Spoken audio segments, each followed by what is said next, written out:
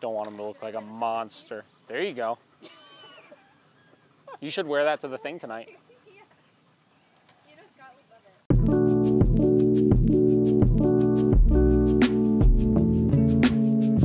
it. The obedience you said is the problem. Now, obviously, like right now, he's squirmy and squirrely and stuff like that, but he's holding his bed stay. In the lobby, he seemed to be kind of holding himself together. Where do you notice it's really problematic? He's still pretty out of control, especially in any situations that aren't like, if I just work in the backyard, there's no distractions, no issues. If I take him anywhere, the shelter to out in the back to a park, it's like he's forgotten everything that he knows. And I know he's done well. I know he knows his stuff. So it's like, I think he got away with a lot of stuff in the foster home. You really should be focusing a little more on him just kind of coexisting in those environments and not needing to be a part of everything. So work on, like, you know, your next couple times taking him there, just doing downstays and just getting him used to just seeing everything going on around him and just not needing to be a part of it, right? Today we'll kind of just crash course into everything again. We'll take a look at where he's at with stuff, and then we'll come up with a plan for, you know, how to keep you moving along. So why don't you take the pinch collar off of him, the pinch and the leash, and then once you get that all settled, I'll take the remote from you, and we're just gonna run him through some stuff and just see where his weak points are. Bruno, come. No. Bruno, come. Good job. I know. Hello. Okay. Bed. Good. It's funny that when I saw Senny got Toaster, and I was like, Senny, I was like, when did you find out you were gonna take him? I was like, yeah. She was like, the next day. I was like, oh, so you made us do the send home lesson, and then you decided you were gonna take him. She said that you reached out to her about it though, so I gave her a little bit of slack. I was like, all right, well, it's not like you were like planning on doing it. Bridget told me she'd reach out, and I'm like, well, if she can take Toaster, I can take Bruno. Yeah. So, like, she really likes Toaster. I keep getting on her. I think she might want to actually keep him.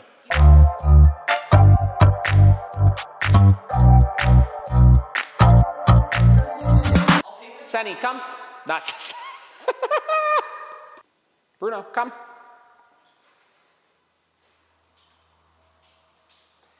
Bruno, come. So you'll notice this is just, you know, related to him, but also related to any dogs. I don't know how much we've ever gotten into this, but one of my big exceptions to my rule about repeating commands is if I'm ever doing a recall out of a stationary command, so a bed, a down, something like that, and they hesitate on that first one, I'll usually give them one freebie on that before I correct. Okay, especially if I'm needing to really get on them over something, like in his case, bed. We're gonna need to be correcting for a decent amount of stuff here. It helps, you know, because if I'm really correcting him, he's gonna be really trying to avoid that correction. And in some cases, he may think, maybe I need to stay on the bed, right? Bruno, come. Bruno, come. Like you could tell that first one wasn't like a screw you. It's like, are you sure? Like I'm figuring out what's going on right now, you know? Good job, buddy. Okay. Bed. Good. A couple more of those.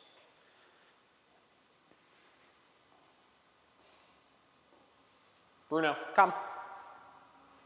Good job, buddy.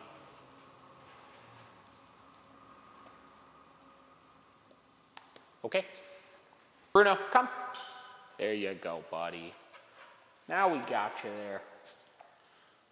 Okay. Bed.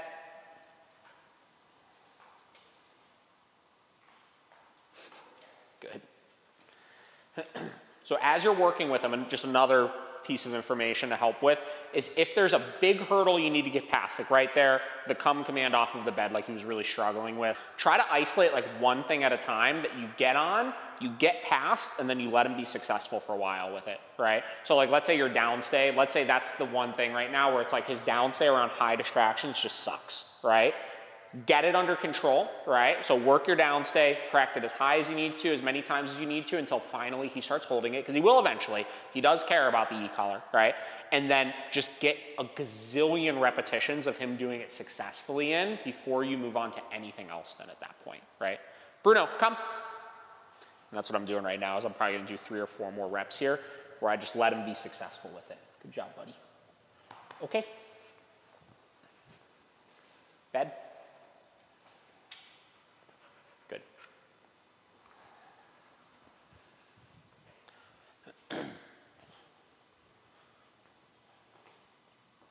Bruno, come. Good job. Good job, dude. Good job. Okay.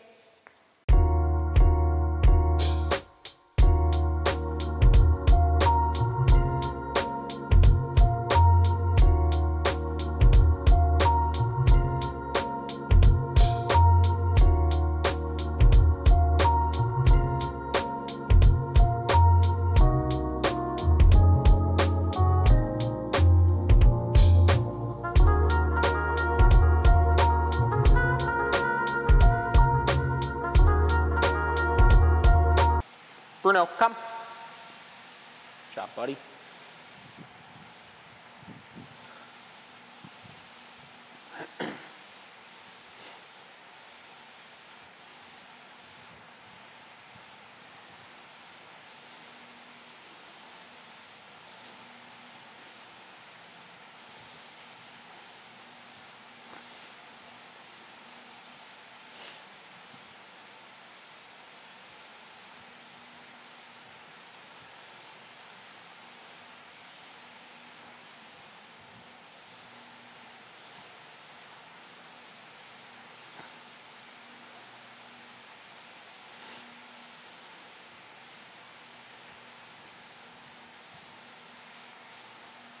Bed.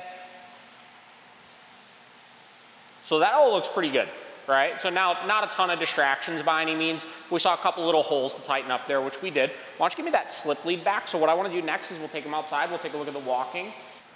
So I don't know if that really clarified much for you, but work on like one piece at a time. Really like get it under control, work as high as you need to for it. And then as soon as you get past it, anytime you have a dog that does wind up working really high for some things, come. You've got to give them a lot of repetitions of just doing it successfully, you know?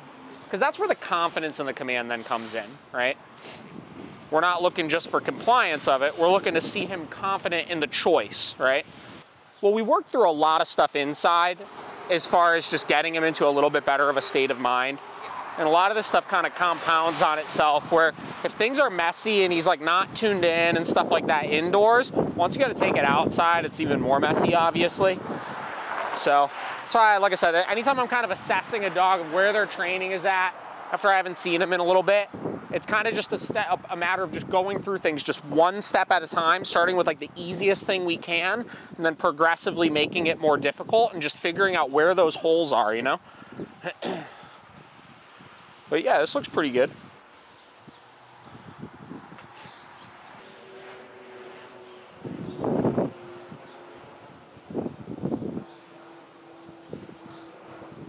Yeah, anytime you get those dogs that work like real high on the e-collar, they always make you like second guess everything you're doing. You're like, is this right? Like, is this really the case that you're gonna work at 100 for everything? I will tell you, I think I felt, probably was me. I felt like I started, almost ended a session's probably a little too early, because I felt like I was just giving him, like, I'm doing something wrong. Sure. Because I was giving him like 6, 7, 8 corrections, and yeah, really high levels, and I'm like, you should know this. Yeah. What am I doing wrong?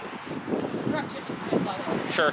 Well, the high level is not wrong by any means. It's just when you're using really high levels, you have to be very precise about the thing you're correcting for. Because what happens is dogs will go into a state of mind when they really care about the correction of like desperately trying to avoid that correction. And if you're not being totally clear about the expectation, right? Or you're trying to work on too many things at once, like comes and downs and beds, like all at once, he's gonna be panicked and trying to avoid it by going to the bed, then going to the down, then going to the come, and making more mistakes because he's trying to avoid that correction, right? So like I said, just one piece at a time. Like if his down sucks, you're gonna work on literally only down and nothing else. The only thing he'll possibly get corrected for in that session would be breaking the down command, right? That way, if he does like get into that state of mind where he's like desperately trying to avoid that correction, he'll only try to do it by getting into the down and he'll be successful, right? Down.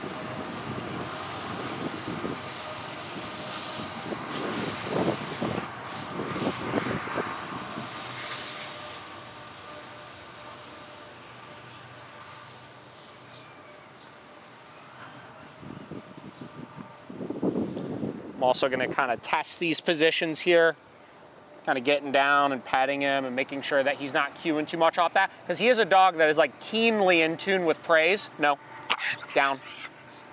Like he really wants to like squirm around and get like every possible bit of attention he can. So when we're working those commands, we want to leverage that as a distraction if we can. Good job. Okay. A couple more of those. Come on, buddy. Down.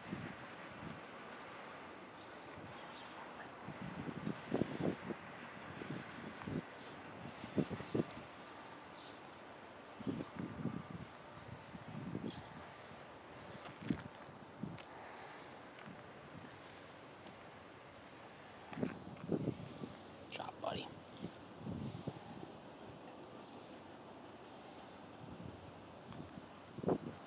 Okay.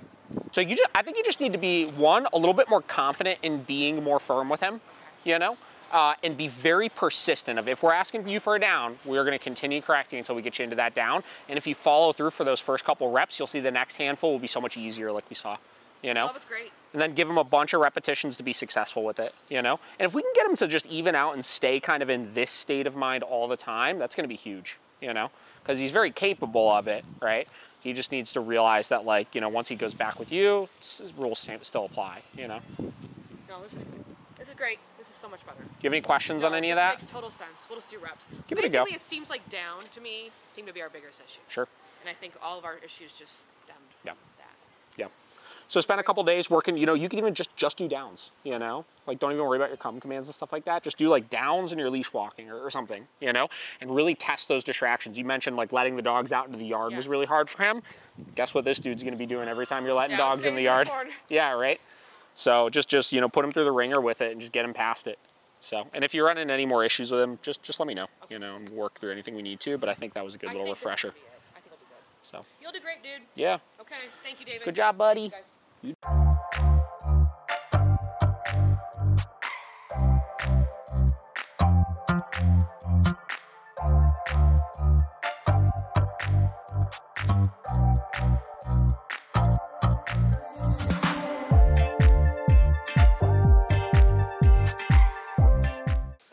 What's new since we met last? Not much. Literally just he's been listening a little bit more because we've been hitting him with a little bit higher of a voltage. Mm-hmm. He's like, what the heck is going on? Other than that, I feel like no matter what we do, he's probably not going to like the muzzle. Sure. Like, I feel like even if we kind of get him in comfortable with it. I understand. Yeah.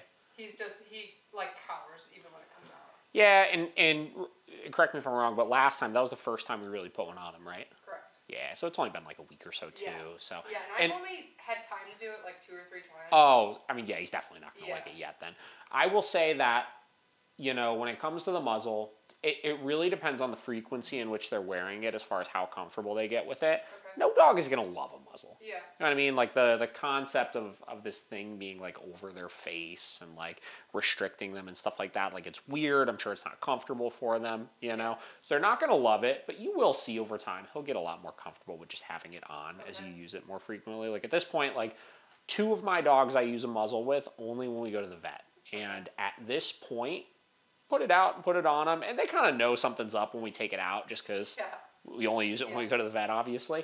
But they don't like fight it. They're not overly concerned with it or anything like that. So that I wouldn't concern myself too much with. But again, given the fact that last week was the first time we ever really put one on him, and you've only done it like twice since, that's very normal that he's not going to be thrilled when you take that thing out. Okay. So that was pretty good as far as coming in right there. Is that pretty normal? He does good until about, bed. Okay. Start. So right off the rip, what do you think about that level? Oh, he didn't care at all about that correction you gave right there. So I would go up substantially higher than that. I would go up like 25 higher than whatever you're at. I was at 55. Yeah. Okay. So that's a big thing, you know, at this point, where if you do, like, it's funny, like right when I said that, you were right, like he started like army crawling off a little bit, right? That's where we want to give that correction, and we just want to make sure it's definitely motivating enough where he's like, oh, tried that, definitely didn't work, right? Do you think that'll help, like, I mean, I know we talked about this earlier, but sometimes he just whines and whines. Yes. And whines. It definitely will. Yeah. Because if you look at... And after a while, it's like, it gets just like infuriating. Yeah, no, I understand. It's like, you're doing the right like thing, zip it. but you're really annoying. Totally get it. Yeah. Short answer is yes, it will help quite a bit, because if you figure, like that correction that you just gave him a minute ago, like he fixed himself, but it was kind of like an interruption. If watching him respond to that right there and then, it was kind of like, I'm not supposed to do this. All right, she caught me. You know what I mean? Yeah. So obviously he's going to sit there and protest after that, because there wasn't like a real consequence for making the mistake. It's just like, she's not letting me get off. Come on, you know what I mean? Yeah. Where if that correction goes from that to like, holy shit, like I didn't like that, right? He's not going to be in the state of mind of like, come on, please let me off, right? He's going to be more in the state of mind of like, whoa, I want to avoid that. I need to pay attention to what I'm doing right now. Okay. So that's kind of the psychology shift in their head that happens when you start upping the accountability for those little mistakes like that, right? So you said, so this will then start turning into like whimpering and whining then? Or? Oh, so bad. Okay. And when would that usually start? I would probably say, like, if we have people, like, if just come in and sit down, say, like, my parents come over and we just sit down, and it won't be, like, really, it won't be like, it won't be, like, really high pitched. It'll be like, It's that steady whine, which is almost worse. It's almost worse. Yeah.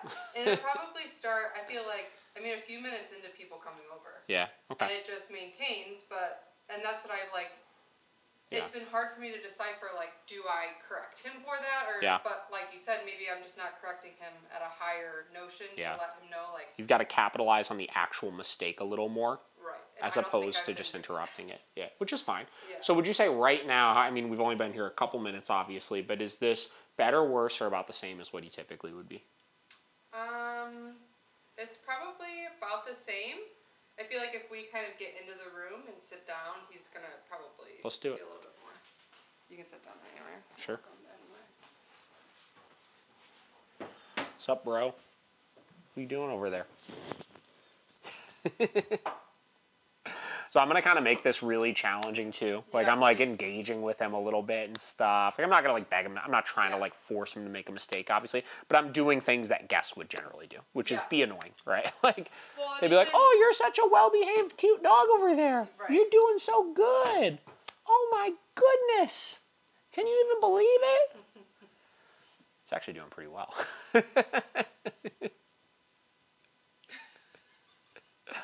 Hi, bud. Yeah, I think sometimes too, like when people like really like, they're like, oh my gosh, like, and like, oh, like Clarkson. Yeah. And like people keep saying his name, that's when he usually like. Yeah. Now I will say, right, I'm doing that to test this right now. Yeah. If my guests were over and doing that, I would tell them to shut the fuck up also. Like, stop doing that. Right. Like, quit antagonizing the dog.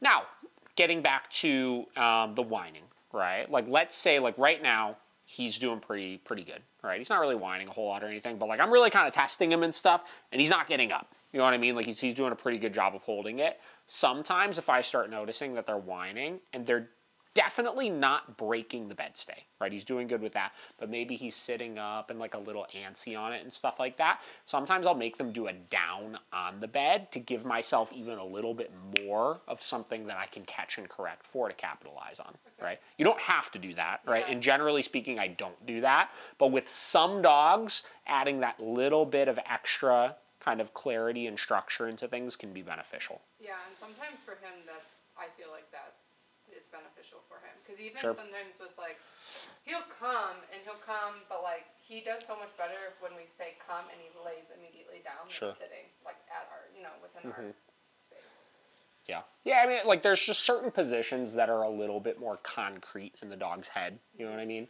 And like a stationary command like a down or a sit or something like that are just a little more precise. Okay. So, but this is pretty good. So again, would you say, is this a little bit better than usual then? This is better than usual. Okay. Do you know something's up, buddy? I just feel like you guys bring such a presence into the house, like around him, that he just is not, he's just usually a little bit more. Well, I also, like, so how many times have you had a chance to work on this since we met last? Once. So you've had people come over one time? Yeah. So some of it. I'm studying for my boards, my certification. I understand. So I'm like, Sure. head in my books, so Yeah. I haven't really been able to like socialize. That's fine. And well, too, like, I feel like I have such an anxiety about sure. socializing with him because I just don't want anything to go wrong. Yeah, well, I mean, nothing would go wrong in this context right now, but I understand what you're saying. I also wouldn't discredit, I mean, we've only done it once since we met last. Some of those adjustments we made last time we met could be the reason why he's doing well right now, too. It might not be just the fact that we're here, you know? Yeah. It might just be that you've been getting more on top of him, so he's in just a little bit more kind of respectful of a state of mind. I've been more acknowledging, like, practicing a bed command, even with the acknowledgement of not really needing so, right? Like, Sure. if I'm just studying, Yeah. like, he can lay next to me just fine, but I'm like, Sure. why don't you just lay in the bed and we practice? Yeah. And like you were just saying, I don't have an issue with him laying with you. Yeah. Right? But sometimes it's nice to be able to practice getting him out of the way a little bit and focusing on the control side of things. So this looks really good. I feel like he's so clinging towards me. Yep. It's like almost good when he can learn, like, you don't have to be on top of mom all the time. You can be right across from her and be just fine. Yeah, and this is great. I mean, look, he's like putting his head down, he's chilling. And also intermittently, I don't know if you've noticed, but like he's kind of giving some air sniffs and stuff, which is a really great sign because that's him showing a degree of like curiosity. And we're still both new people. Like he's never seen her before, right? And me, he's only seen one time before, which hardly counts. Right. You know what I mean? So this is very good. And this is why I think one of the big things we talked about last time also was the next handful of times people come over, just having him be on the bed like the whole time. Because you're going to see him cycle through this state of mind where he like put his head down for a second, then started getting a little excited again. Then put his head down for a second, then starting to get a little excited again. And I want to see him commit to, and he's getting excited because he thinks she's going to like engage with him and pet him or something like that, right? But we want to see that totally go away and him just chill, you know? This is awesome. This is the funniest face he's making right now. It's just so ridiculous. He's very dramatic at times. Yeah. So here's what we're going to do. We're going to give him one more minute there. And then what I'm going to have you do is you're going to release him off the bed. We're going to let him hang out for a minute. And we're going to totally ignore him. He could just walk around for a second, sniff as if he wants to. And then I'm going to have you practice putting him back onto the bed then at that point. Okay. So you can give him one more minute before you go to do that. Pretty good, though.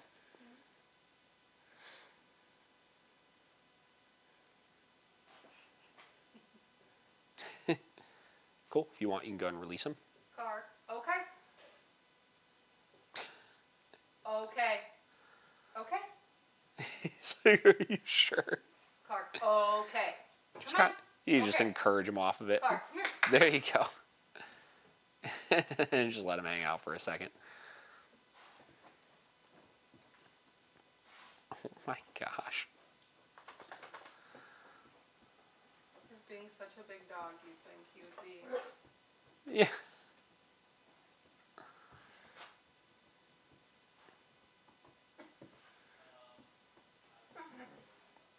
Do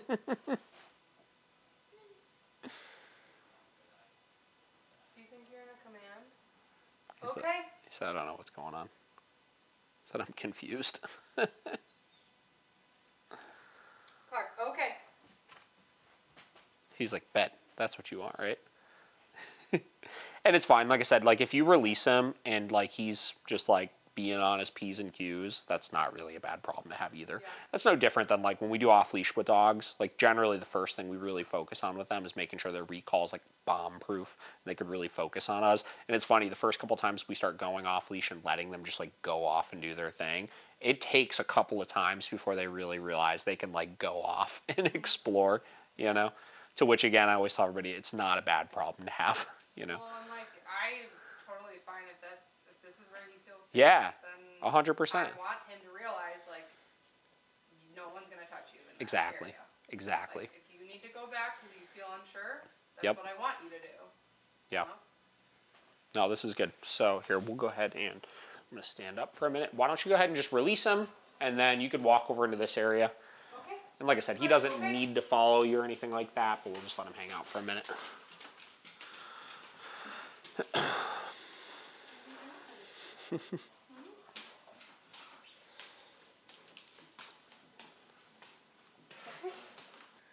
That's okay.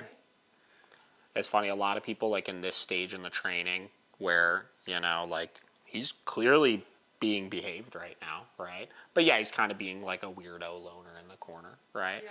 A lot of people will look at this and be like, why aren't you over here interacting, right? And then what happens is they'll try to like beg the dog to like come into the space when maybe he's sitting over there because he isn't totally ready to put himself in that position yet, right? Yeah. And then they'll force it, and then they'll put the dog in that uncomfortable position where they feel like they need to react. So I always say, like, in this context, if you're ever hanging out and he's like puts himself in his bedroom or something like that, just let him do it. You know, don't force him to come out. He'll come out when he's ready. Yeah. Our one dog is kind of like that. She's like a little bit of a weirdo, and you know, if she gets overwhelmed by something, like she'll go put herself in the bedroom. So this is good. So we'll give him one more minute, and then I'm going to have you put him back on the bed, and we'll sit down in there again and see what we get.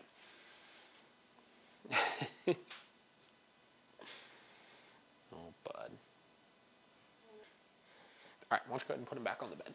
Car. Bed. Why don't you go ahead and walk him over to it. Don't cry. Bed. Give him a second.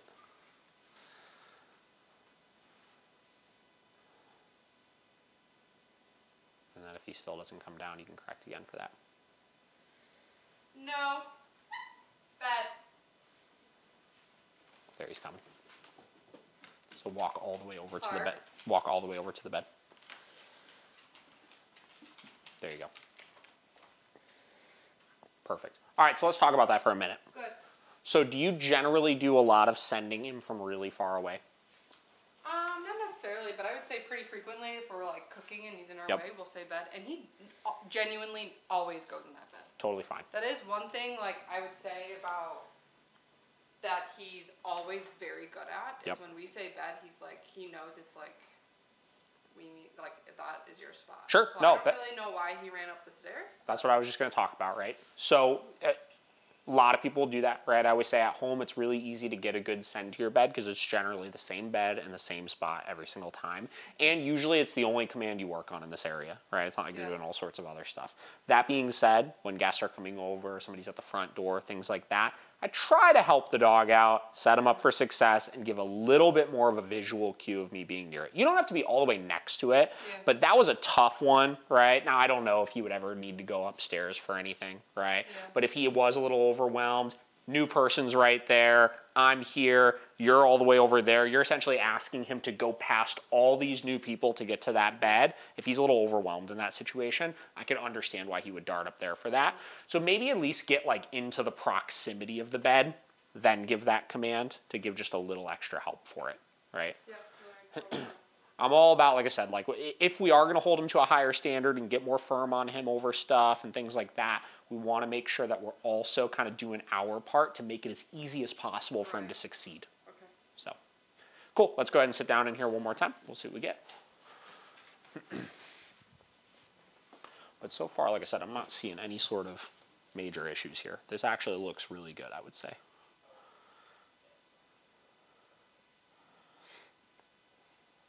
Now, those two corrections, obviously, he cared much more about, right? Those actually seemed like a pretty good level for this context. And you could just tell, like, looking at him, like, he's in a much more, like, respectful state of mind. And this is the state of mind, you're not going to get a lot of whimpering and whining when he's like this, right? Yeah.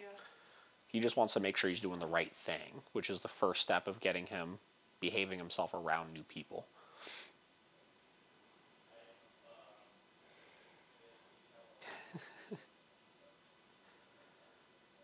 What do you think, dude? Do you have your muzzle handy? I do. Why don't you go ahead and grab it here? And what we're going to do is we're going to put it on him, and then I'll show you the next step here, which is releasing him and adding like interaction and stuff into the mix. Should be at least better.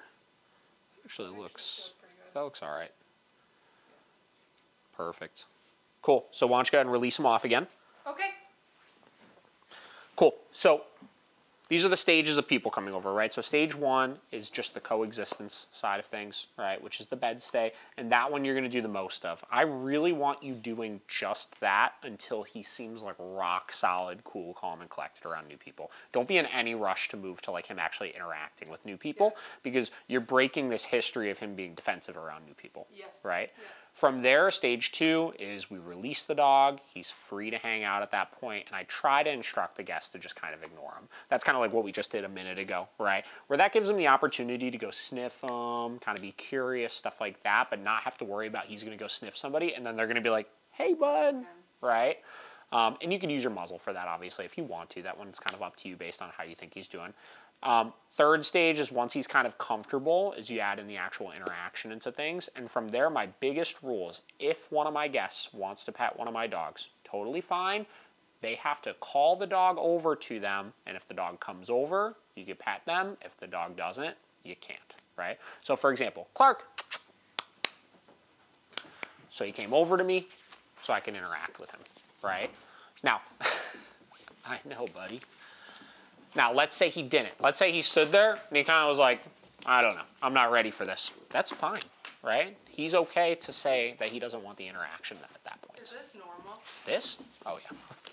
I just didn't know if he's like too excited or I'm Oh, no. Now, if you were to jump on me or something, you would correct him nice and firm. Yeah.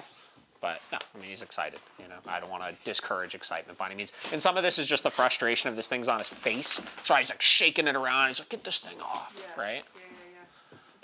Hi, buddy. Doing the 360s? Yep. 360s, 360s, 360s.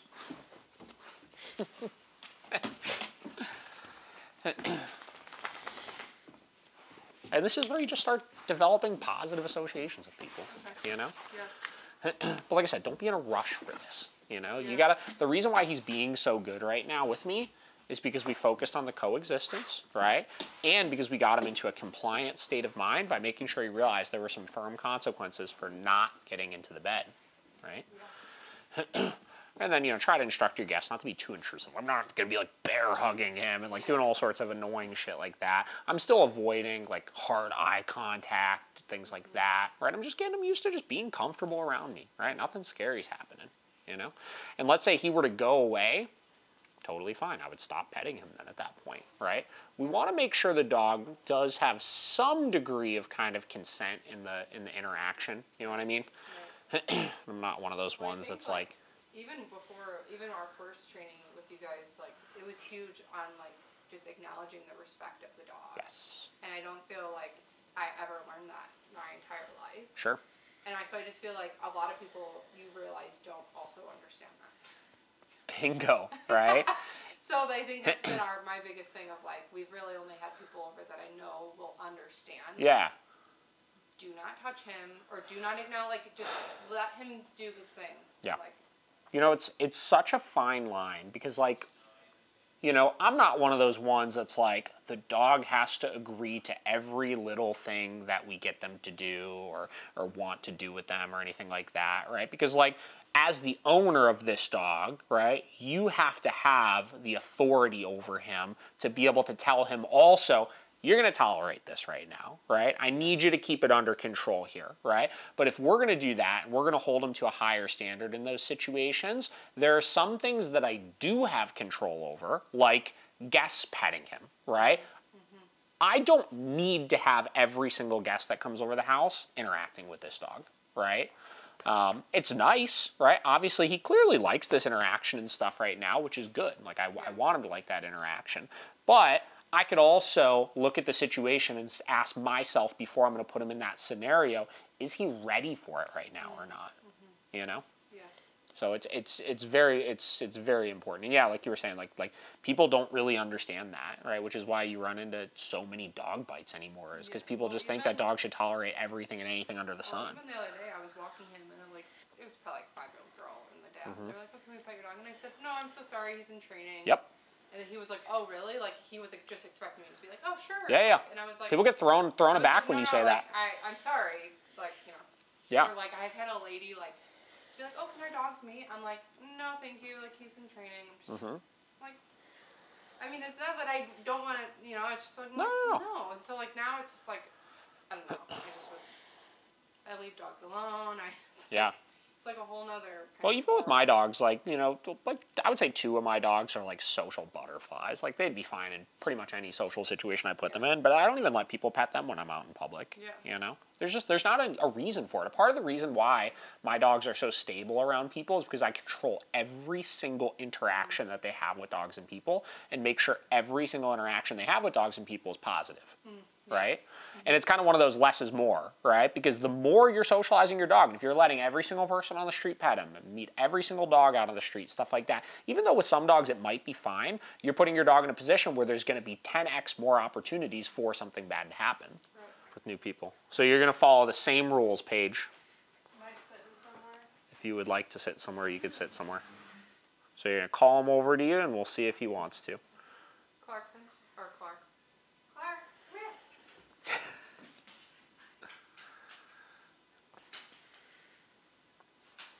And see how he's kind of being a little bit more funny with her over that?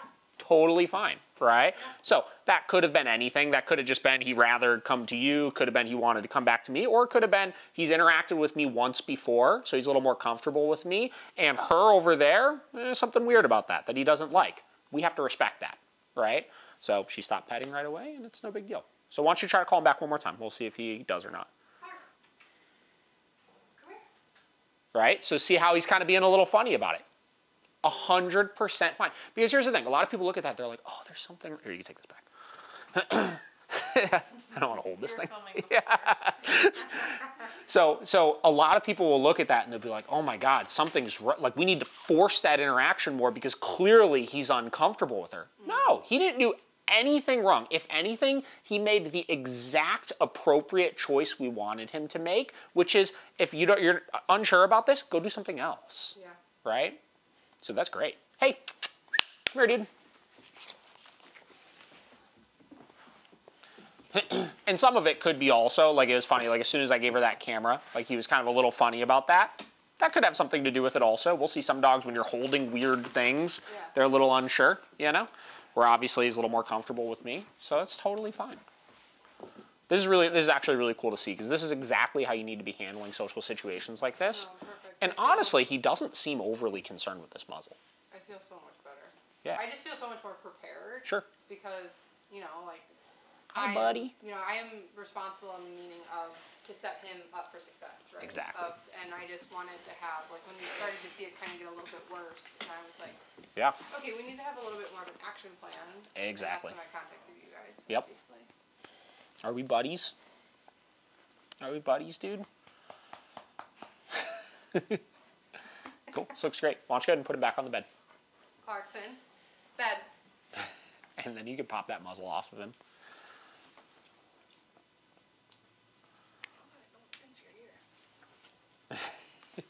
Yeah, I think that looks awesome. I mean, does that all kind of make sense? Yeah, that makes it feel better. So we'll just keep it down until we feel like we can, you know, he's a little bit more comfortable. Yeah, so he's relaxed. Yes. We pushed the envelope a little faster than I normally would with this, you know, as far as giving him the freedom and stuff like that. I just wanted to show you how those steps would progress. But yeah, right now, still focus on just making sure that bed stay is like rock solid around new people.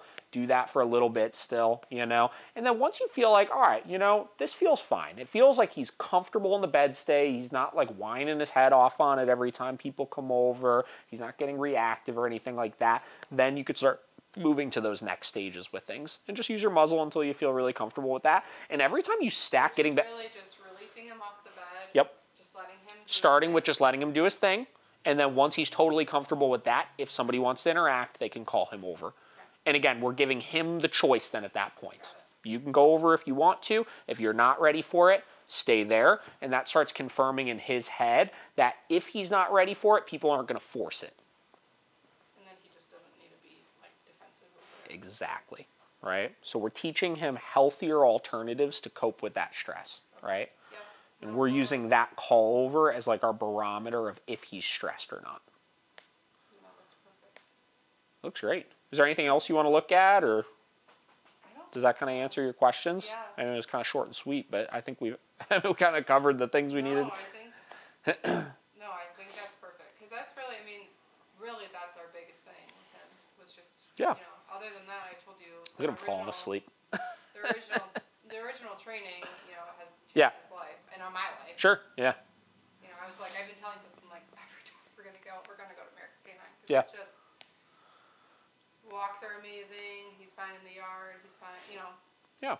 Recall is great. Mm-hmm. And most people are like, how do you figure dogs to train? I'm like, well, we stay with it, right? Sure. Once you commit 100%. Because, like, he's the type of dog that, like you said, he'll just start putting his paw He's an opportunist. around. Yeah. And then he'll start putting his other paw on the Yeah. ground. Mm-hmm. And then he's like, how much farther can I go with this? It's so funny. Like you can tell he's already tired, right? Yeah. Like just what we did, right? Those 30 minutes of stuff, like the interactions and stuff like that. That's a lot for dogs sometimes. And especially as you're expanding their world to like new people and stuff, like those little interactions go a long way, you know? That's why I always tell everybody, keep it short and sweet. And like I said, less is more. Like stack the wins of like 5 minutes of really positive interaction and on a good note, you know? So just kind of keep that in mind. And you could do it in chunks like we just did, where like if you're going to have people come over for a little bit, let's say you're going to have friends come over for a couple hours, right? Have them hold his bed for a little bit. If you're going to do the releasing, do that 20 minutes, 30 minutes, something like that. And then either put him on his bed for the rest of the time or go put him away or something, you know? Yeah. I do a lot of that kind of stuff with my dogs, just managing those situations. So. Are you a bully? I said yes. Are you a bully? All right. Yes. Any other questions you could think of? I don't think so. No, that's great. Sweet. Hey guys, welcome back to another installment of our segment, Where Are They Now? We've got 3 more updates for you. So, we'll start with Lexi, our girl Lexi. So Lexi came in and actually just did 1 session with me because she had been struggling with some residual reactivity issues. And so we troubleshooted a few things, got her on track, and then we got this email update and she said, do you know how many dogs have been reactive towards Lexi on our walks/runs? Lots. Do you know how many times she reacted back? 0. Thank you so much for your help. Your instructions worked miracles. Ironic, because we are miracle canine training. Good on you, Lexi. We've got 2 more for you. Let's see. Reggie. So Reggie, we'll give a little backstory on him. He was probably one of the most fearful and anxious puppy cases that I'd had in a really long time. And his anxiety and fear, even as a young puppy, was manifesting into some sporadic aggression issues and things like that.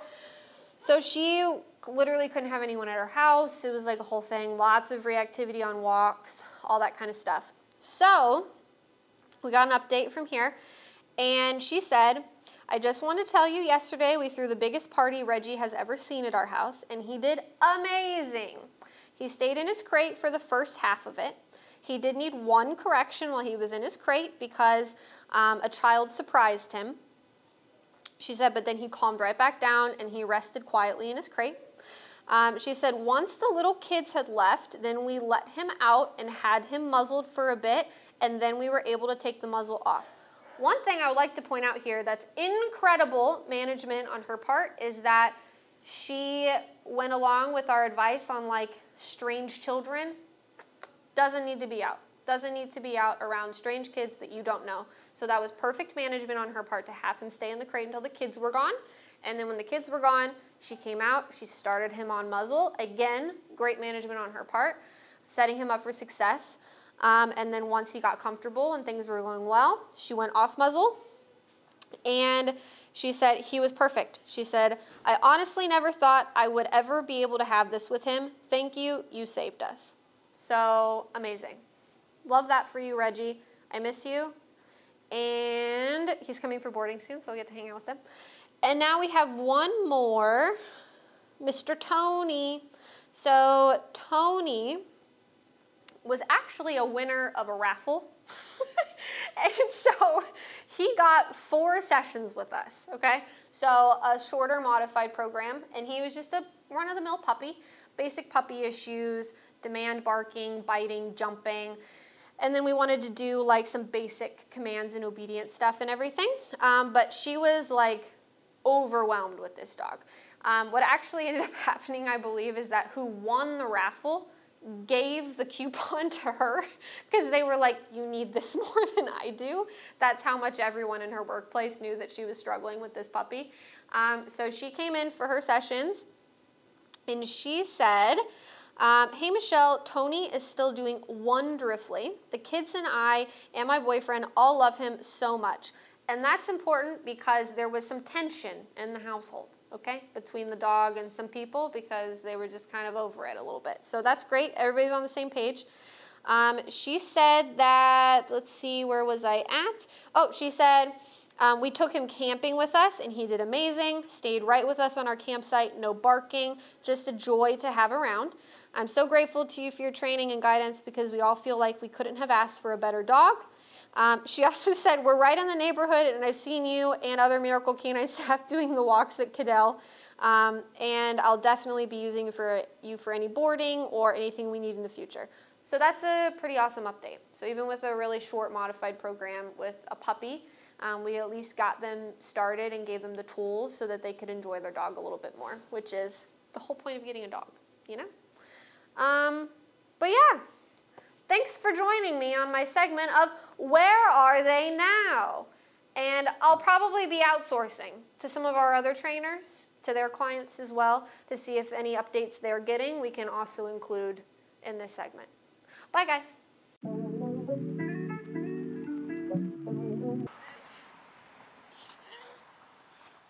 You guys got the line dancing today? Yeah. It's neon night and light up shoe night. So we ordered Do those light up? That's so cool. You don't got light up shoes on though. I know, I'm going to put them on later. They are not the most comfortable. Yeah. So this I would assume is going to go pretty easily. So there's just kind of a couple step conditioning process I have when it comes to obviously getting the dog riding bikes. So obviously step number one is we got to make sure that he walks nicely, which that, you know, he's not perfect obviously, but he walks nice enough where that shouldn't be too hard. From there, the hardest part that I find with this is just the dog getting used to walking next to the bike, and as the bike is turning, learning that they kind of need to move out of the way of it, right? So what we're gonna do is we're just gonna take him for like a little walk with the bike here and just kind of enforce our walking as we need to. And what I'll do is periodically add in some turns and stuff and make sure that he's understanding how to move out of the way. A lot of times there's something about like when you pick up your knees and you start actually moving that just creates a lot of excitement for dogs. So generally what I'll do in those cases is I'll start practicing that. And then when I start running, if he gets excited and thinks like, oh, it's playtime and starts darting ahead, I would give a correction for that, obviously. So I'll practice some periodic again, turning, making sure he's backing out of the way.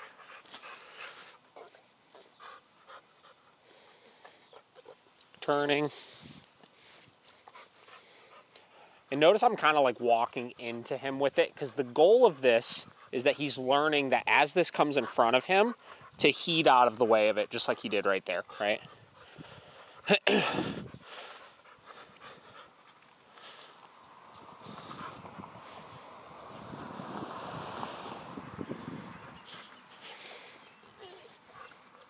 And I kind of make them fairly sudden, like right there. To kind of keep him even just a little extra on his toes. And I'm giving him a lot of leash with this also, because I want him to learn to kind of give some space. Same deal.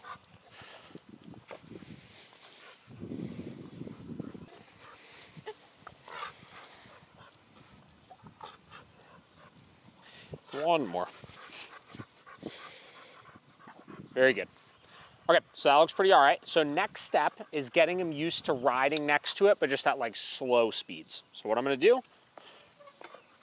is just go just a little bit, and we'll kind of go up and down a little bit here. If you guys wanna hang out there, I'll just kind of stay in this immediate area.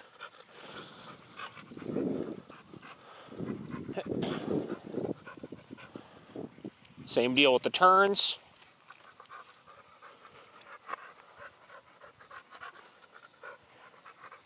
And I'm not always, but generally as I'm doing the training process, gonna turn into him because again, hey, I want him moving out of the way of it.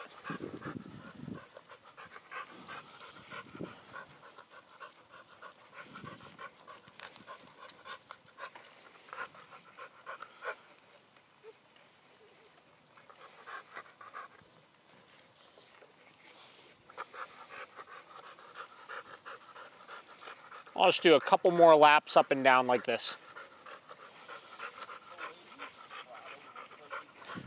Yeah, right?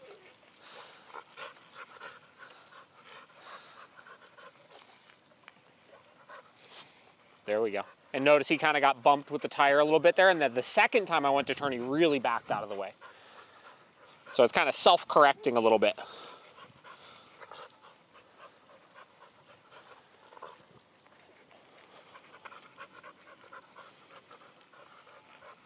Much better. That time was the best turn yet.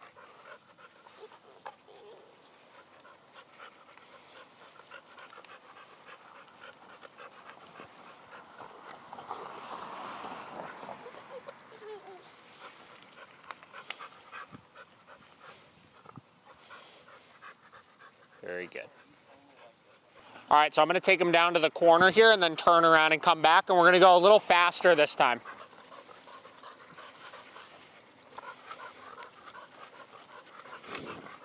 Getting his hustle on.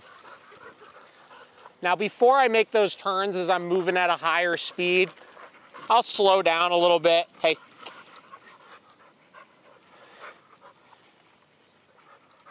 Obviously it'll allow him for a little bit more time for it. So I'm gonna do one more all the way to the corner and back at a little higher of a speed, then we'll give him a quick break.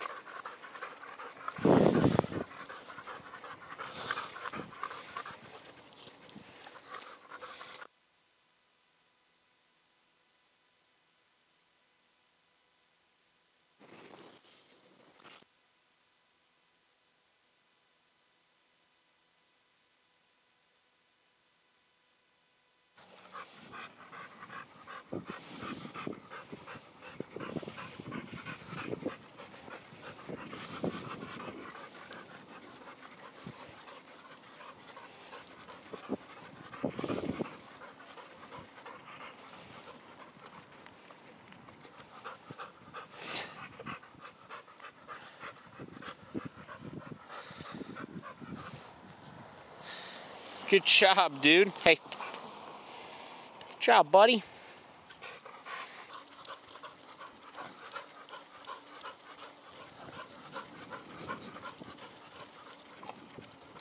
Good job. Pretty good. I think he's gonna like this, man, once you guys start doing some of this with him.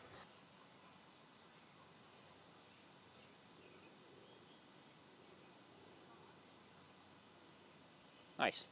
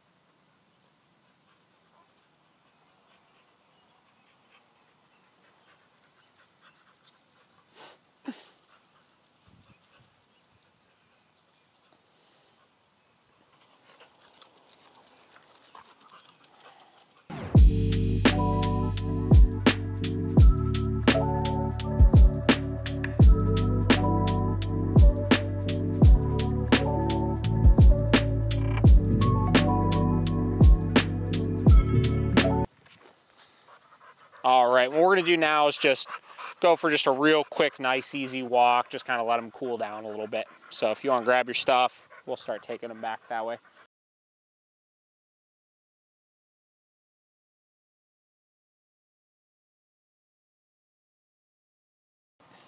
Pretty easy, nothing too crazy with that. You seem to pick that up no problem. Just be aware of, like you were talking about with the running, you may see something similar to that with the bike riding. He kind of started doing that with me when I first started picking up speed, which was he started kind of getting his trot on, which is fine, but then started kind of darting ahead a little bit. So make sure if you do see that, you correct him. And if a no, just verbal no is good enough to just interrupt it in a second, that's fine. If you need to give a correction, obviously that's fine too, right? But I think that'll be a great way to really start giving him even more of you know, kind of a physical and mental outlet. Look at that cat just like stretching it out on the window. A little bit more of kind of like a physical and mental outlet for things, you know, because that's the biggest thing that like I said, I've been trying to do over these last couple times is show you guys, you know, in an apartment setting, you don't have a yard, right? With the build-up issues and stuff like that he's had, you know, he just needs some ways to be able to just like burn some fucking energy off, you know, and that's a great way for it. Have you guys thought at all about how you guys might be able to, with anybody you might be able to socialize him with or anything? Yeah, I mean, he's looking really good. You guys are making great strides. I was really happy to hear, like, when you texted and said you took him to Home Depot today. I mean, that's a big hurdle. Because I know for you guys, that was pretty unheard of before. There were a lot of people there today, too. Awesome. So I'm very happy with that. Yeah, I mean, I really applaud how much you guys have been making an effort to just get him out and about lately. Like, it seems like every time we've met, it's like you guys have taken him somewhere new, which is everything that he needs. So the only thing I would say then just, you know, moving forward is continue being really aware of what's going on around you, right? Just make sure he doesn't, as you take him those places, that's going to be overstimulating for him because he's never been in those environments, right? So you got to, like, be extra precautious of making sure you've got a bubble around him that you can enforce. Because like I said, he's making good progress. Now it's just a matter of taking those couple pieces and just applying them even more. So, like, you know, do some bike rides with him, right? Do some socialization with him and see if you continue noticing that trajectory of him continuing to get better with these things, you know? That's a pretty serious bike you got. Yeah, I like to go mountain biking sometimes. Hell yeah. So did you say you've tried to do the biking with him before, or you've never tried? Or? Like a year ago. Yeah. And he did fine with it, but I have not tried really since. Yeah. All right. But on the walks, assuming you're kind of prepared and stuff like that, he's still been fine with that? Yeah. Okay, good. All right. Well, let's see if we could do some fun stuff with him today. So we're going to keep today pretty straightforward. I just want to go over some kind of introductory things to it. Just mostly, like, there's not a ton of work you need to do with it, but you got to teach him to kind of move out of the way of the bike, right? And that's going to be a lot of the initial steps that we kind of go over with him. And then we'll get into some basic riding and stuff like that and kind of see what we get. So let's do this. I'll take him from you. Come here, bud. And yeah, you got a good stretch here. We can just do it on. And I'll steal the bike from you here. Thank you. And the first step here is really just getting him used to just walking with it, right? So we're not actually going to be actively riding or anything like that. I just want to get him used to walking it. And what I'm going to be doing is I'm going to be doing a lot of turns. And on those turns, I'm going to be kind of turning into him with the bike so that he learns to move out of the way of it, right? So I'm going to start walking here. I'm going to stay nice and loose on the leash. And what I'm going to do is I'm going to go a couple houses down here and then make a turn. And like I said, that turn is going to be into him. And I want to see him just move out of the way of the bike. So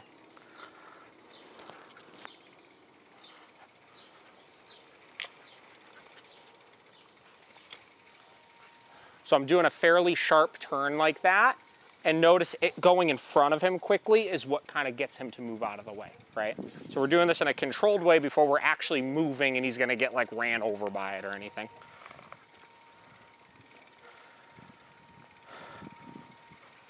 So same deal, moving, moving, moving.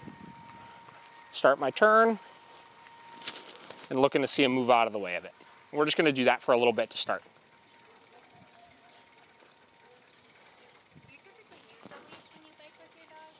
It depends on the dog. Initially, yeah, we'll generally use a leash.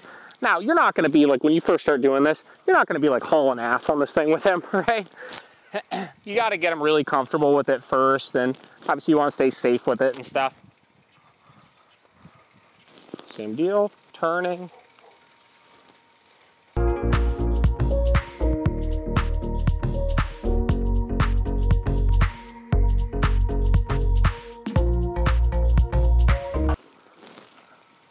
And you see he's actually being pretty respectful of it right now, getting out of the way nicely. So what we're gonna do is we're gonna start moving on to the next step, which is just gonna be nice, easy riding with it. So what I'm gonna do is just at a super, super slow pace. I can grab my other bike. No, this will be fine. I'll make sure I don't fall.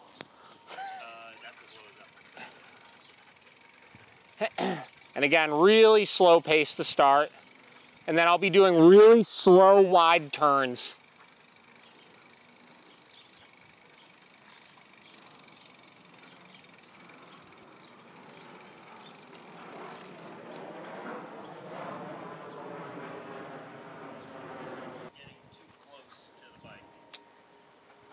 Like, you mean like literally close, not like far ahead? Yeah. So 1, slow turns into him like we were just talking about. Those are gonna teach him just to heat out of the way of it. Because if he's staying close to it, he doesn't sense the bike as any sort of threat. Not that we want him to be scared of it, obviously, right? But he's gotta understand, like, it's like a hot stove, right?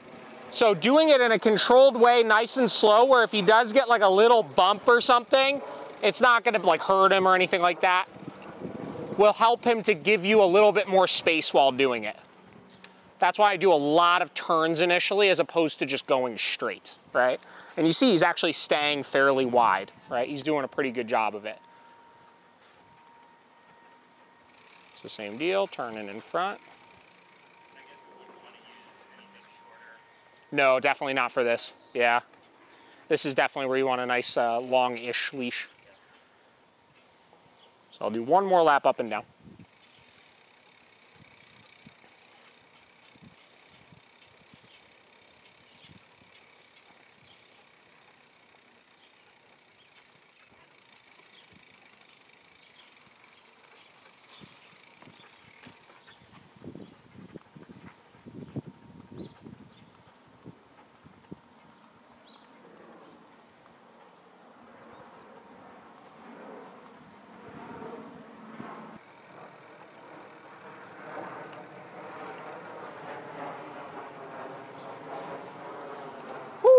Good job, buddy. There you go. We'll give him a quick little break here.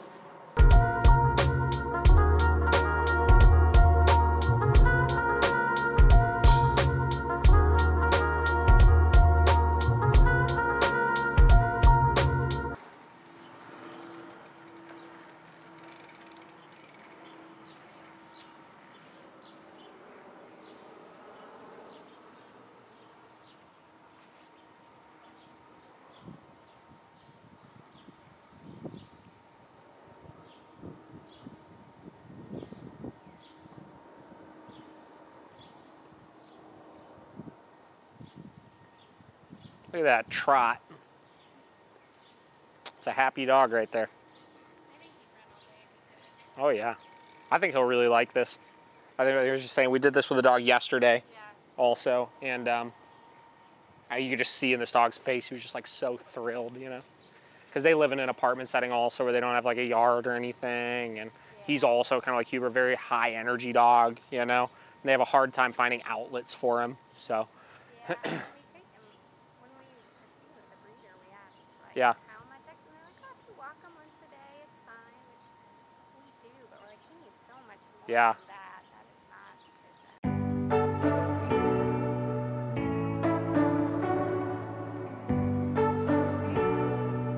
his. All right, so I usually tell everybody, just like with people when you're running and stuff, usually after you finish like something like that, try to do like a quick little decompression walk or something like that.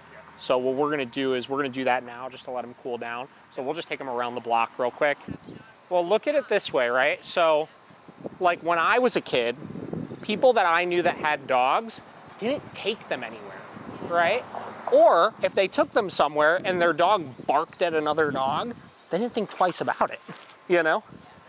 So I think it's not so much that it's being created now where it wasn't being created before. It's just like society's perception of what a dog is or should be able to do has totally changed.